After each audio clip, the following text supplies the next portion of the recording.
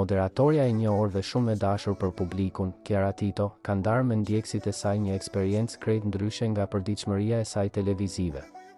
Ajo ka vendosur të vizitojë nga afër një fermë që prodhon mjaltin që ajo konsumon çdo ditë në mëngjes, dhe që tashmë është kthyer në pjesë të pandashme të rutinës së saj ushqimore.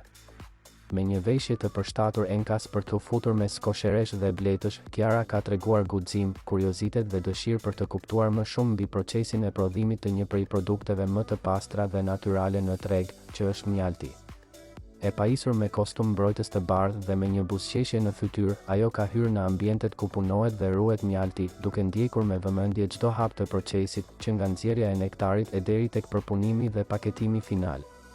Chiara shfaqet në video duke provuar vetë shijen e mjaltit të freskët direkt nga zgarat e bletëve, një moment që e ka emocionuar dhe që ajo e ka ndarë me fansat si një kujtim shumë të veçantë.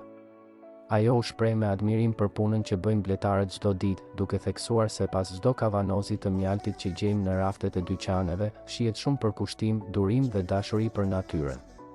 Vizita e saj në fermë u realizua në kuadër të një bashkëpunimi me markën e njohur të prodhimit të mjaltit Blletaria Ime, që tashmë njihet për cilësinë dhe pastërtinë që ofron në çdo produkt të saj. Chiara ndau gjithashtu disa mesazhe ndërgjegjësuese për rëndësinë e konsumit të produkteve bio dhe të kontrolluara, duke ftuar ndjekësit të mbështesin fermerët vendas dhe prodhimet shqiptare.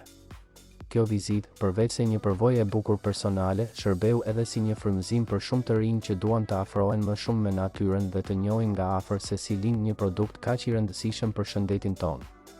Ndjekësit e Chiarës janë shprehur të entuziazmuar dhe e kanë përgëzuar për këtë iniciativë kaq natyrale dhe të vërtetë. Në fund të videos, Chiara shprehet, tani e dua edhe më shumë këtë mjalt, sepse tani e di se me sa kujdes dhe dashuri prodhohet. Një gjest i thjesht, por me shumë vlerë, që tregon se përtej shkëlqimit të televizionit, Chiara mbetet një vajzë me zemër të madhe dhe me dashuri për jetën e thjeshtë.